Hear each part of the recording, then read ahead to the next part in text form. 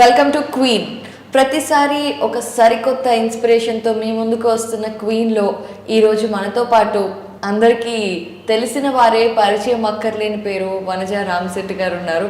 ఆవిడ గురించి ఇంట్రడక్షన్ చెప్పాలి అని నేను అనుకుంటే ఒక్కటి అని కరెక్ట్గా థాట్, ఎందుకంటే షీఈ్ లైక్ వేదిక్ న్యూట్రిషనిస్ట్, అలాగే ఆస్ట్రాలజర్, అలాగే టారో రీడర్. వీటన్నిటికంటే పాటు అసలు ఆవిడ ఇన్స్పిరేషన్ కానివ్వండి, మోటివేషన్ కానివ్వండి, మాట్లాడితే మనకెక్కడో నిద్రపోతున్న గోల్స్ కూడా, డ్రీమ్స్ కూడా గుర్తొచ్చి will be so energised. So ఇంత ఎనర్జెటిక్గా, ఇంత స్ట్రాంగ్గా ఇంతమందిని ఇన్స్పైర్ చేయటం వెనుక కూడా ఖచ్చితంగా ఒక హార్ట్ స్టోరీ ఉండుంటుంది. దాని గురించి, ఆ సక్సెస్ గురించి అన్నీ మాట్లాడుకుందాము. ముందైతే పలకరిద్దాం. నమస్తే అండి. నమస్తే మా. Very good to have you today in our Queen, Vanaja garu. Thank you. So much I mean, I'm also happy that you invited me for this program. Thank you so much. So basically, మన Telugu audience అందరికీ మీరు ఆస్ట్రాలజర్గా తెలుసు, న్యూట్రిషనిస్ట్గా తెలుసు, tarot రీడర్గా తెలుసు. So a lot of you. So మీకు పర్సనల్గా వనజ రామశెట్టి అనగానే మీకు పర్సనల్గా స్టార్టింగ్ గుర్తొచ్చేది ఏంటి? I'm a nutritionist and a cancer coach. Okay, Vanaja Ramasetty అంటే I want to establish my self as a person who gives hope to cancer survivors. So Vanaja Ramasetty garu, దీని గురించి కూడా చాలా మనం డిస్కస్ చేద్దాము. బేసికల్లీ అంతకంటే ముందు మీరు క్యాన్సర్ గురించి చాలామందికి కోచింగ్ ఇస్తూ ఉంటారు, వాళ్ళు ఎలా స్ట్రాంగ్గా ఉండాలి అని చెప్తూ ఉంటారు కదా. సో అసలు క్యాన్సర్ గురించి ఎందుకు చెప్పాలి అని అనుకున్నారు మీరు? బికాస్ క్యాన్సర్ గురించి అంటే because I have overcome that. నాకు when I had cancer in 2017, I had stage 3 breast cancer. అది వచ్చిన తర్వాత అంటే చాలామంది ఉన్నారు ఇప్పుడు క్యాన్సర్ వచ్చిన తర్వాత క్యాన్సర్ కోచెస్గా అవుతారు, ఇవన్నీ ఉన్నాయి. But yeah, I think I also had that same thing. నాకు కూడా అనిపించింది. కొంతమంది ఏంటంటే ఆ క్యాన్సర్ వచ్చిన తర్వాత ఆ టైంలోనే కాస్త మాట్లాడతారు. But I wanted to continue it. Okay, as a cancer coach నాకేంటంటే, యాజ్ అ క్యాన్సర్ సర్వైవర్ నాకేమనిపించిందంటే I have to spread awareness. Okay, ఎందుకు క్యాన్సర్ వస్తుంది, దేనికి, nobody knows. Seriously, if you ask anybody మీకు క్యాన్సర్ ఎందుకు వచ్చింది అంటే you don't have an answer. But what you can do, cancer వచ్చిన తర్వాత how should you change your life style, how can you stay motivated, how can you stay positive. ఇవన్నీ ఏంటంటే it all depends upon what we are doing, how much you love your self.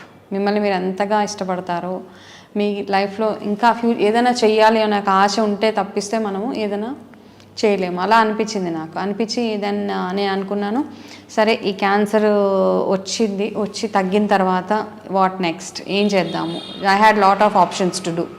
Job చేయొచ్చు, ఏదైనా చేయొచ్చు, I can do a business, I can do job. But నాకు అనిపించింది but I should, in India చాలా తక్కువ ఉన్నారు క్యాన్సర్ కోచెస్.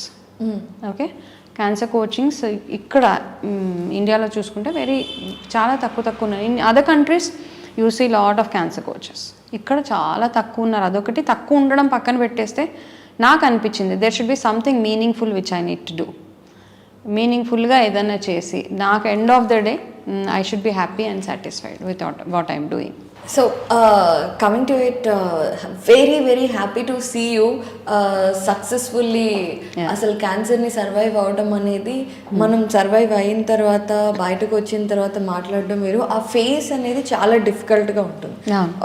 ఎవరికైతే వచ్చిందో వాళ్ళకి కానివ్వండి, వాళ్ళ family members, close family members, so helpless. మనం ఏమి చేయలేము అనే సిచ్యువేషన్లోకి వెళ్ళిపోతాం. If you don't mind, viewers కోసం అడగచ్చా, అంటే ఏ టైప్ ఆఫ్ క్యాన్సర్? చాలా క్యాన్సర్స్ ఉన్నాయి, అండ్ మీకు వచ్చిన క్యాన్సర్ ఏంటి? I had breast cancer which is very common in women కదా. కానీ ఏ క్యాన్సర్ అయినా the treatment is same. Okay, treatment is you have to undergo a surgery, దాని తర్వాత you will have to undergo chemotherapies, అవన్నీ అవ్వాలి, surgeries అవుతాయి. దాని తర్వాత డిపెండ్స్ అపాన్ మీరు ఎలా రికవర్ అవుతున్నారు, దాన్ని బేస్ చేసుకొని further therapies, immunotherapies, targeted therapies ఇవన్నీ ఉంటాయి. So I have almost gone through all of it. Okay, ఎందుకంటే I was already in stage 3 cancer.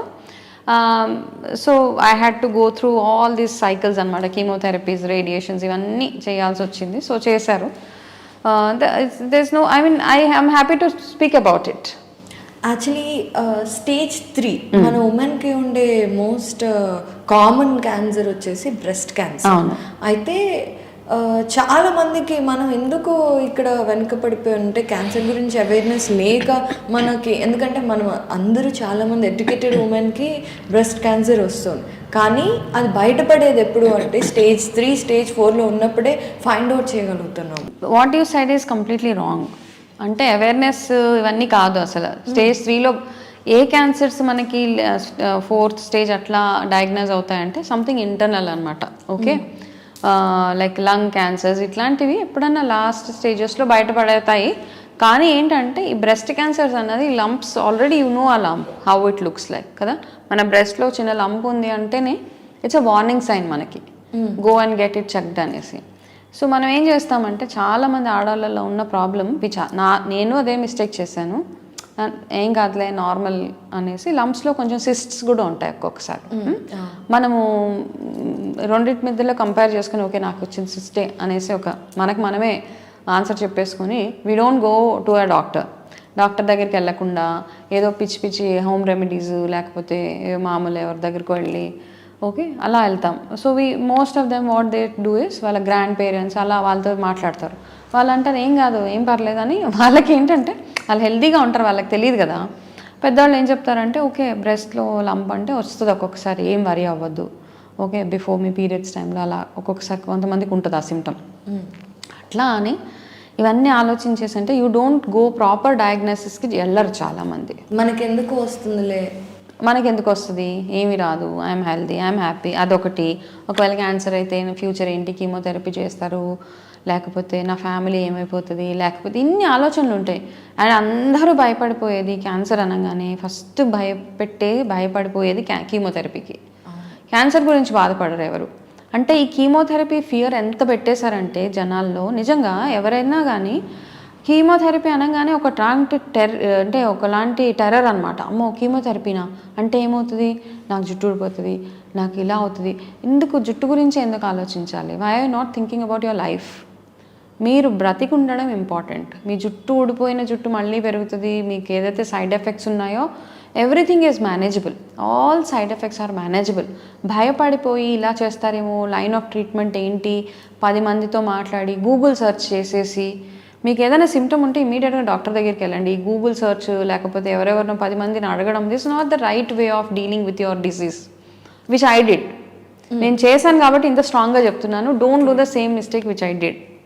I suffered almost 2 years నా ట్రీట్మెంట్ అయింది. ఆ 2 years I felt I last the 2 years but I did not lose it. I will cover it. I covered it up. కానీ నాకు అనిపించింది అనమాట, అరే ఇంతవరకు ఎందుకు తెచ్చుకున్నాను, కొంచెం ముందే ఎల్లుంటే బాగుండేది కదా. ఇప్పుడు ఎవరు సఫర్ అవుతున్నారు, నేను, నాతో పాటు నా ఫ్యామిలీ అంతా సఫర్ అవుతున్నారు అని అప్పుడు అనిపించింది నాకు. అవన్నీ పాయింట్స్ అనమాట నాకు ఈ క్యాన్సర్ కోచింగ్లోకి రావడము, న్యూట్రిషనిస్ట్ అవ్వడము, ఇవన్నీ ఏంటంటే these are all the trigger points for me. Okay, అన్ని డాట్స్ కనెక్ట్ చేసి then finally the outcome is what I am here. అది సో అది తెలకపోవడం ఏమి ఉండదు. బ్రెస్ట్లో లంప్స్ ఉన్నాయా రెగ్యులర్గా చెక్ చేసుకోవడము. చిన్న పిల్లలకు కూడా వచ్చేస్తుంది. My youngest client is 19 years old. Okay, she had breast cancer. అయ్యో, చిన్న పాప. వాళ్ళు కూడా అలాగే అనుకున్నారు ఏం కాదులే అని. 1 year వెయిట్ చేసిన తర్వాత ఫైనల్లీ ఆ అమ్మాయి అన్నది లేదు నాకేదో ప్రాబ్లం ఉంది, వాళ్ళ పేరెంట్స్కి అన్నది నాకేదో ప్రాబ్లం ఉంది, it's not normal lump, I have some problem అని ఆ పాప ఫోర్స్ చేస్తే వాళ్ళు తీసుకెళ్ళి టెస్ట్ చేపిస్తే it turned out to be very aggressive cancer. Okay, చాలా అగ్రెసివ్ క్యాన్సర్ ఆ అమ్మాయికి. So but luckily she survived. She's going through and chemotherapies అవి చేయించుకుంటుంది. జస్ట్ ఈ మధ్య కాలంలోనే.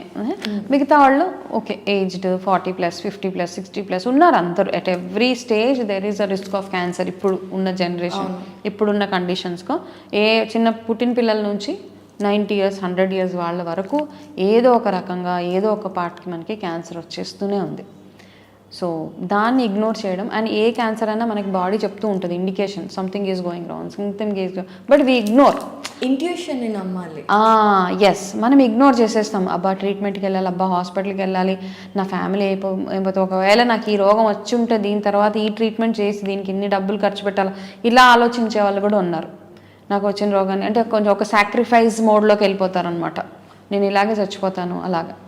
So but all said and done, cancer is not a death sentence. There is hope, you can survive.